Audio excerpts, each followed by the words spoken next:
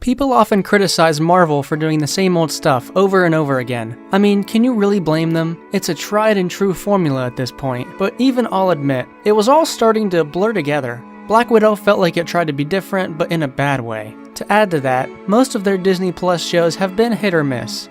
WandaVision is great until it isn't. Falcon and Winter Soldier was boring as hell. And Loki wasn't bad, actually. I kinda liked Loki. I can't wait for season 2. But all of this was still a far cry from anything worth subscribing for. Even Loki had a slow point in the middle there. And then comes What If. So far, this series is one of the best things Marvel has ever made. It dares to be different. It not only presents an original idea, but a completely unique way of going about it. A show based on the concept of making one little change to your universe's canon? Never been done before, but it works so well.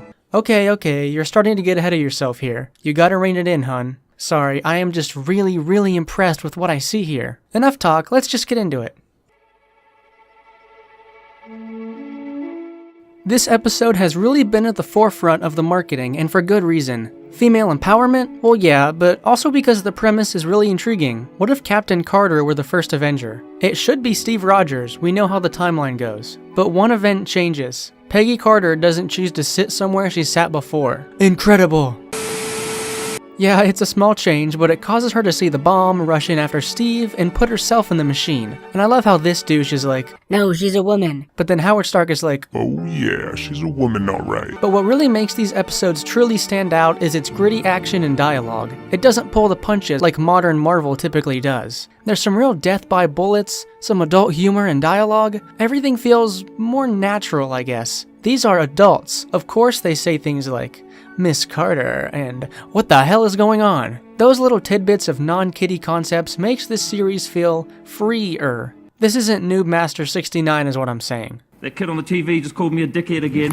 I'm not gonna recap this whole episode, but basically, Steve gets into an early Iron Man suit, Hydra summons an actual Hydra using the Tesseract, and Peggy sacrifices herself by jumping into the portal. Even with the change from Steve to Peggy, the hero had to do a time jump at the end. Instead of Loki coming through the portal in Avengers, it was Captain Carter. And since we see her with Doctor Strange in the trailer, we can assume she's coming back. So all in all, this first episode was pretty damn good. For now, I'm putting it in the B tier.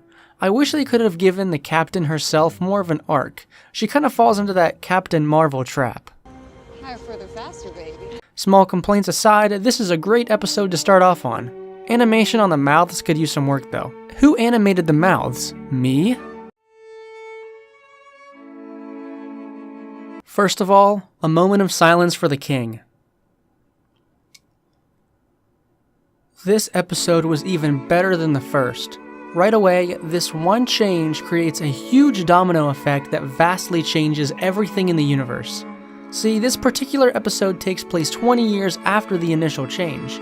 And I assume the butterfly effect has drastically altered this reality. The Ravagers fight for good. Thanos isn't evil anymore, although he's still rocking that genocide train of thought. That's no good. Nebula is a blonde, and the Collector is this super buff guy. It's a nice attention to detail that I think was definitely intentional. We got to see characters we probably thought we'd never see again. Thanos, Yondu, and even Howard the Duck had a small cameo. Now, I'm no Marvel mega fan, but I know that when you see Howard the Duck, it's a special moment. God damn, Jimmy. This some serious gourmet shit. Anyway, this episode sees the Ravagers abducting T'Challa instead of Peter Quill. While in space, he changes everything for the better like the Ravager crew. This is a really nice setup to one of these episodes. And what could be better than this? A genuine character arc. T'Challa misses Earth, but he was told that it was destroyed by a war. Nope, Yondu lied to him. This gives T'Challa and Yondu an actual character arc, which the first episode kind of lacked. This is rule number 1 when you make a complete story, a complete episode, whatever. You have to give some sort of character arc. A character needs to grow emotionally in order to complete the hero's journey.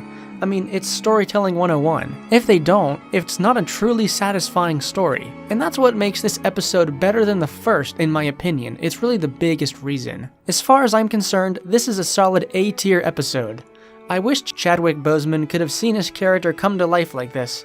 It really is incredible what they did with his character here.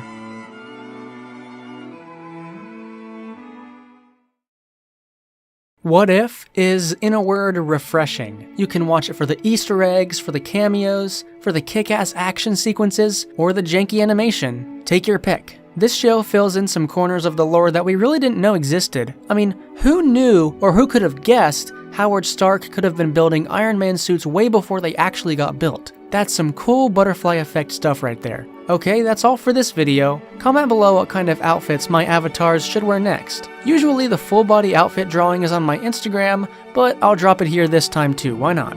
I'm really trying to build a consistent art style over there, so if you like how this looks and have suggestions for more outfits and how they're presented, wink wink, drop a comment and a follow on BrockZ_art_. Also, subscribe for more What If reviews in the future.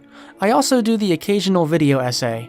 Thanks for watching, and I'll see you next time. Bye everybody, thanks for coming. Yeah, we'll see you later. Thanks again for watching.